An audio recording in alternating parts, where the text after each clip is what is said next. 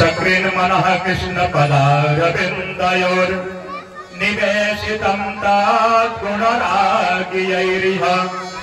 न तेयमं पाशभृतः सततपवान् स्वप्नेऽपि पश्यन्ति चिन्न निष्कृताः। परीक्षित, मैं ऐसा मानता हूँ कि कोई भी किसी भी प्रकार से प्रकार में कैसे भी अगर भगवान के नाम का आश्रय लेता है तो वह यमपुरी में जाने से बच जाता है। हे राजा परीक्षित, मुझे एक कथा याद आ गई जिसे भागवत में अजामिल उपाख्यान कहा जाता है। एक ब्राह्मण थे जिनका नाम अजामिल था। नित्य संध्योपासन करते थे, गायत्री मंत्र का जप करते थे, लेकिन एक दिन उनका बुद्धि विकृत हो जाता है। सुबह सुबह नित्य क्रिया से निवृत्त होने के लिए घर से बाहर जाते हैं और जैसे ही घर से बाहर जाते हैं शौच क्रिया करने के लिए तो एक गणिका को देखते हैं परपुरुष के साथ रति क्रिया करते हुए। अजामिल कहते हैं गणिका से कि तुम मेरे घर चलो, मेरे पास बहुत धन है। गणिका को क्या चाहिए महाराज? गणिका को तो सिर्फ धन चाहिए। गणिका को सिर्फ धन चाहिए। अगर पत्नी होगी आपकी तो आपको पतित होने से बचा देगी, लेकिन गणिका को क्या चाहिए? वह उसे सिर्फ धन चाहिए। गणिका कहती है ठीक है, मैं तुम्हारे साथ में चलूंगी। देखिए, हमारे शास्त्रों के अनुसार बालक के जीवन में 12 वर्ष के बाद ही काम प्रवेश करता है। कितने वर्ष के बाद? 12 वर्ष के बाद ही काम प्रवेश करता है। लेकिन ऐसा वातावरण बन चुका है, काम 2 प्रकार से प्रवेश करता है। प्रथम, आंखों के माध्यम से। हम आंखों के माध्यम से गलत चित्रों का अवलोकन करेंगे तो आंखों के माध्यम से हमारे जीवन में काम प्रवेश करेगा। और दूसरा, कानों के माध्यम से। अगर हम गलत संगीत का श्रवण करेंगे तो कानों के माध्यम से हमारे अंदर काम प्रवेश करेगा। आज बच्चों के अंदर समय से पहले ही काम प्रवेश कर जाता है। पता है क्यों? आजकल ऐसे अभद्र गाने सुनने को मिल जाता है महाराज, क्या बताया जाए।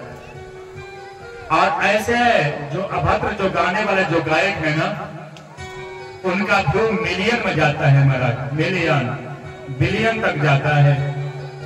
लेकिन जो अच्छे जो गायक हैं ना,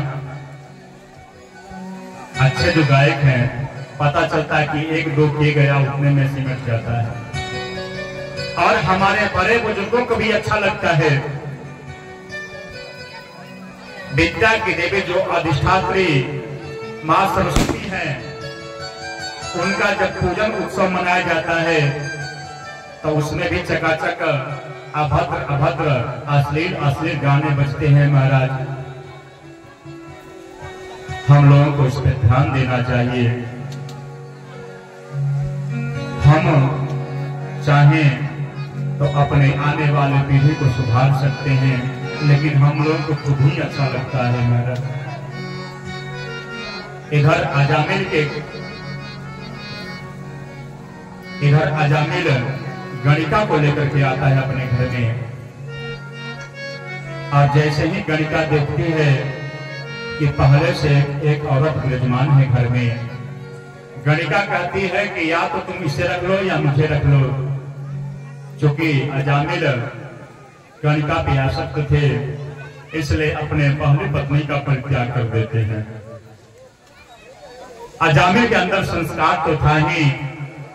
दूसरे दिन नित्य क्रिया से निवृत्त होकर के जैसे ही संध्योपासन करने के लिए बैठता है, गायत्री मंत्र जप करने के लिए बैठता है, उसी समय गणिका आती है और कहती है, अरे सुबह सुबह क्या लेकर के बैठ जाओ। बैठ गए, अरे जाओ धन कमा कर लेकर के आओ। आज अब अजामिल धन कमाने के चक्कर में पड़ जाते हैं। महाराज एक बात मैं बोलूंगा आपको, अगर आपकी श्रीमती लक्ष्मी जी यानी धर्मपत्नी ठीक है तो आपका इनकम अगर 10 रुपए का भी है तो 10 रुपए में ही पूरा परिवार चल जाएगा और उसमें 2 रुपए आपके भविष्य के लिए बच जाएगा। लेकिन अगर आपके लक्ष्मी जी यानी धर्मपत्नी थोड़ी सी गड़बड़ हो जाए ना, ब्यूटी पार्लर वाली, तो अगर आपका इनकम 100 रुपए भी है ना तब भी कम पड़ेगा, तब भी आप परेशान रहेंगे। इधर गणिका को तो धन चाहिए महाराज। अब गणिका का जो खर्च जो है अधिक है। अजामिल से कहते हैं कि धन लेकर के आओ, और जितना धन लेके आते हैं अजामिल उतना ही कम पड़ जाता है। अब धीरे धीरे धन चाहिए अजामिल को, तो अजामिल चोरी करना प्रारंभ कर देते हैं। एक दिन ऐसा भी समय आता है कि डाका डालना भी प्रारंभ कर देते हैं। डाकू के नाम से प्रसिद्ध होते हैं, अजामिल डाकू के नाम से प्रसिद्ध होते हैं। और जैसे ही अजामिल डाकू अपने घर से निकलते हैं तो जितने व्यापारी हैं सारे व्यापारी अपने अपने शटर को डाउन कर देते हैं। पता नहीं आज किसका नंबर आ जाएगा। एक दिन कुछ संत श्रीधाम वृंदावन से अयोध्या जी के लिए जा रहे थे और गाते हुए जा रहे थे, श्री राम जय जय राम, श्री राम जय जय राम, श्री राम जय जय राम, श्री राम जय जय राम, श्री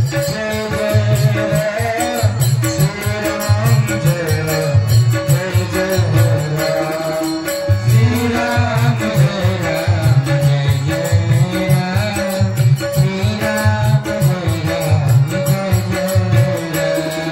श्री राम जय राम, श्री राम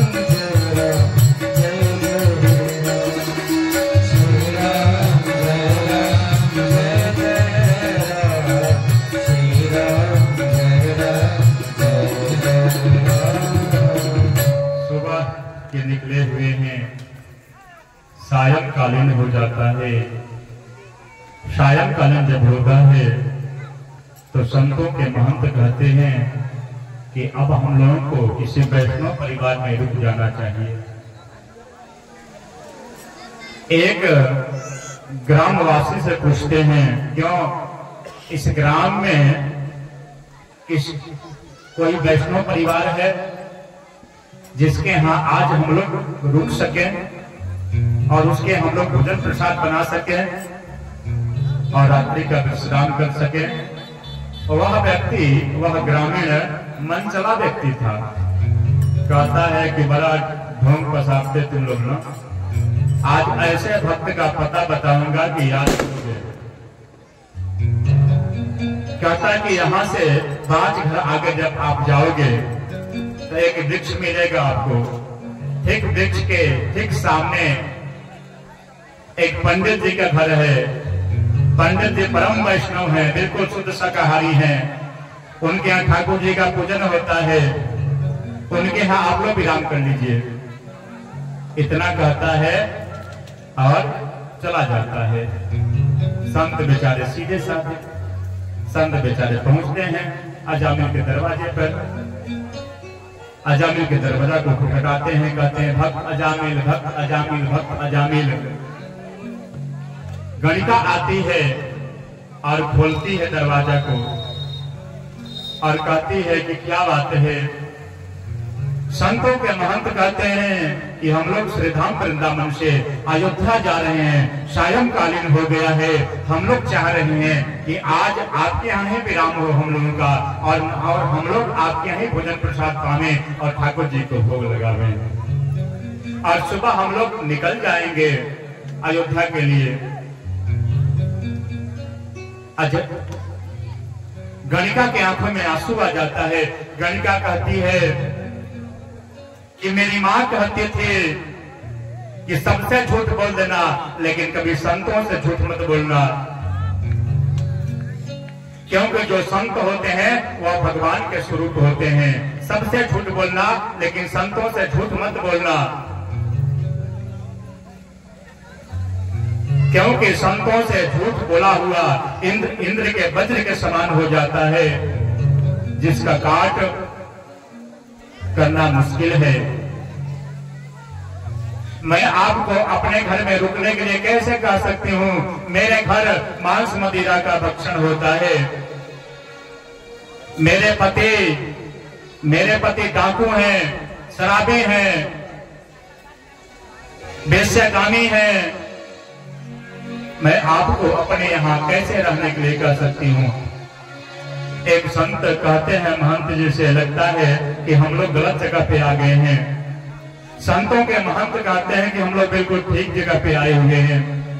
अरे अच्छे को तो सब लोग सुधार देते हैं, लेकिन कोई बुरे व्यक्ति को अच्छा बना दे, वही सही मायने में संत है, वही सही मायने में संत है। गणिका कहती है कि मेरी माँ कहती थी, अगर कोई संत आए तो उन्हें भोजन की सामग्री अगर अपने घर से दे दिया जाए, अगर स्वयं बनाते हैं तो उसमें जो दोष जो होता है वह खत्म हो जाता है। और कोई भी आप भोजन बनाओ, अगर उसमें तुलसी डाला अगर आप डाल देती हैं महाराज, तो उसकी जो विकृति है वो खत्म हो जाती है। वह जो भोजन है वह प्रसाद हो जाता है। प्रसादे सर्व दुखानां हानिरस्योपजायते। आपके जीवन के जितने दुख होंगे सारे दुख दूर हो जाएंगे। इसलिए ठाकुर जी को अवश्य भोग लगाओ प्रतिदिन। संत गणिका के यहाँ से आटा, दाल, मिर्च, मसाला, आलू सब कुछ लेते हैं और अपने हाथों से भोजन प्रसाद बनाते हैं, बाटी चोखा बनाते हैं, ठाकुर जी को भोग लगाते हैं। सारे संत बैठते हैं प्रसाद पाने के लिए, सारे संत प्रसाद पा रहे हैं, लेकिन जो संतों के महंत हैं, जैसे ही प्रथम ग्रास को अपने मुख में लेते हैं उनकी आंखों में आंसू आ जाता है। कहते हैं कि आज मैं एक डाकू का अन्न खा रहा हूं, आज मैं एक डाकू का अन्न खा रहा हूं।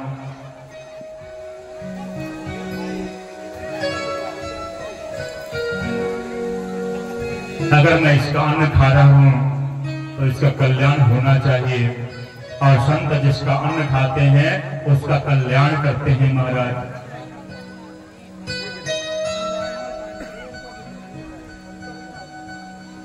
रात्रि होता है, सारे संत विराम कर रहे हैं। उसी समय रात्रि में 10 बजे अजामिल आता है और जैसे ही संतों को देखता है आग बबूला हो जाता है। जोर से बोलता है, तुम लोग यहाँ कैसे रुके हुए हो, भाग जाओ यहाँ से। और जैसे ही गणिका सुनती है अजामिल की आवाज को, दौड़ करके आती है, कहती है, अरे संत लोग हैं, श्री धाम वृंदावन से अयोध्या जा रहे हैं, अरे सायंकालीन हो गया, अरे रुक गए तो क्या बिगड़ गया तुम्हारा, अरे संत ही लोग तो हैं। अजामिल चुप हो जाता है, कहता है कोई बात नहीं, जब आप रोकी हो तो दो 4 दिन और रोक लो, मैं मना थोड़े किया हूं। एक बात मैं बोलूं आपसे, अजामिल डरता था गणिका से, और प्रत्येक व्यक्ति को अपने पत्नी से डरना चाहिए। क्यों डरना चाहिए?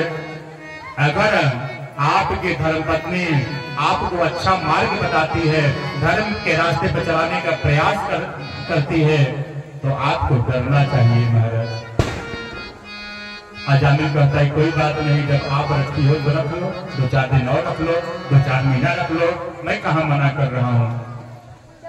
सुबह होता है, संत नित्य क्रिया से निवृत्त होते हैं और निवृत्त होकर के संध्योपासन करते हैं, और संध्योपासन करने के बाद जैसे ही जाने के लिए तैयार होते हैं, संतों के महंत कहते हैं, बेटा अजामिल, बेटा अजामिल।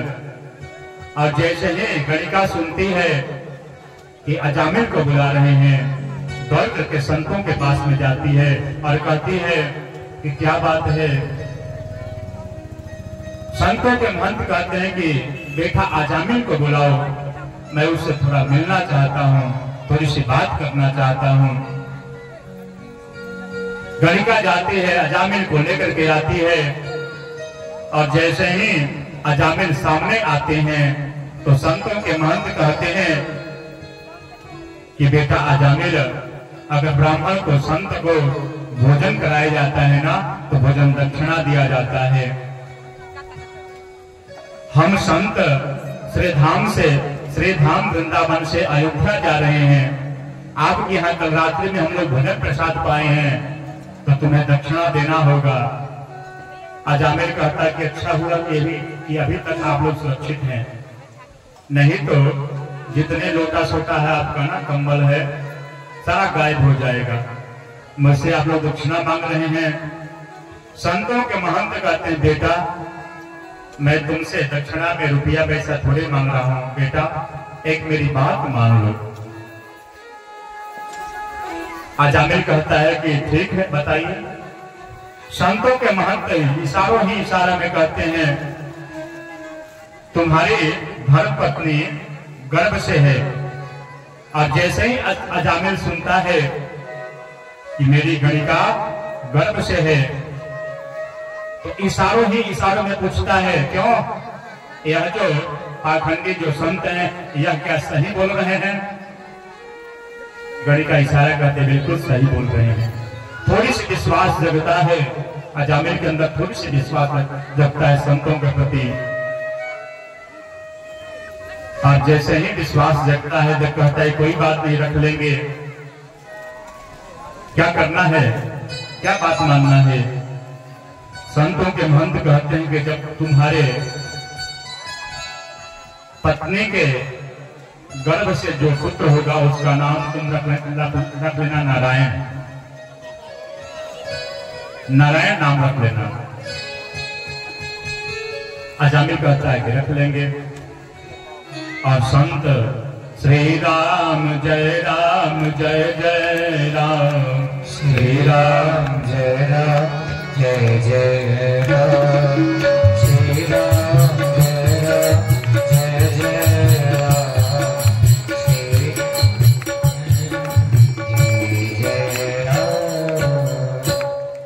इधर कहा गया है कि परिवर्तन ही संसार का नियम है।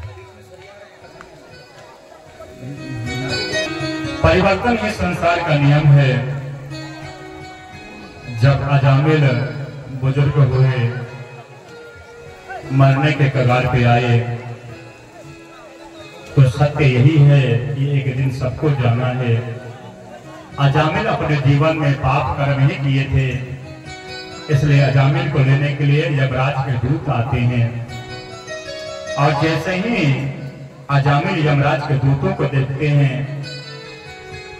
दैत्याकार उनका चेहरा है, बड़ी बड़ी दांतें हैं महाराज, काले काले लग रहे हैं, बड़ी बड़ी मूछें हैं, नाखून बड़े बड़े हैं। और जैसे ही अजामिल देखते हैं यमराज के दूतों को, और यमराज के दूत क्या करते हैं, अजामिल के गले में रस्सी बांध देते हैं और खींचना शुरू करते हैं। अजामिल अपने पुत्र को याद करता है। दूरे क्रीरन्नकाशक्तं पुत्र नारायणा वयं, प्लावितेन स्वरेणुच्चैः राजुहावाकुलेन्द्रियः। देखिए, जो व्यक्ति ज्यादा चिल्लाता है मरते समय, अधिक डकारता है, अधिक जिसके अंदर बेचैनी होता है मरते समय, तो समझना चाहिए कि यह व्यक्ति अपने जीवन में पाप कर्म किया है। इसलिए इसको लेने के लिए यमराज के दूत आए हैं। और जो बैठे बैठे जिसका प्राण निकल जाए, बिना कष्ट का जिसका प्राण निकल जाए, किसी का मुख से प्राण निकलता है, किसी का आंख से प्राण निकलता है, किसी का नाक से प्राण निकलता है। बैठे बैठे अगर प्राण निकल जाए बिना कष्ट का, तो समझना चाहिए कि यह व्यक्ति अच्छा कर्म किया था, इसलिए यह भगवान के धाम हो गया है। इधर अजामिल अपने जीवन में सिर्फ पाप कर्म ही किया था, इसलिए यमराज के दूत आते हैं लेने के लिए। चिल्लाता है, अपने पुत्र को बुलाता है, नारायण नारायण नारायण, तुम कहाँ हो, बचाओ मुझे, बचाओ मुझे। और उसी समय भगवान के पार्षद आ जाते हैं, और जैसे ही भगवान के पार्षद आते हैं, आकर के यमराज के दूतों को धकेलना प्रारंभ करते हैं। हटो हटो, यह हमारे प्रभु को याद कर रहा है। यमराज के दूत कहते हैं कि अरे अरे भगवान के पार्षदों, यह अपने पुत्र को याद कर रहा है। भगवान के पार्षद कहते हैं, भले ही यह अपने पुत्र को याद कर रहा है, लेकिन तुम्हें पता है मेरे जो प्रभु हैं वह अनादिकाल से हैं, और इसका पुत्र तो भी बच्चा है। भले ही अपने पुत्र को याद कर रहा है, लेकिन अपने पुत्र को अपने पुत्र का नाम लेकर के हमारे प्रभु को याद कर रहा है। और मरते समय कोई कितना भी बड़ा पापी हो, अगर भगवान को याद करता है तो उसको लेने के लिए भगवान के पार्षद आते हैं। तुम लोग इसे कैसे लेकर के जा सकते हो? भगवान के पार्षद यमराज के दूतों से कहते हैं, जानते हो वेदों में क्या लिखा है? सुनो वेदों में क्या लिखा है। वेदा प्रणहित धर्मो या धर्म तद्विपर्ययः वेदो नारायणः साक्षात् स्वयंभूरिति सुश्रुमः। जो वेद में लिखा है उसी के अनुसार चलना धर्म है। और जो भगवान विष्णु हैं वह स्वयं वेद स्वरूप हैं। इसने अपने पुत्र का नाम लेकर के हमारे प्रभु को याद किया है, इसलिए इसे तुम लेकर के कैसे जा सकते हो? और इधर यमराज के दूत खाली वापस ही यमपुरी में पहुंचते हैं।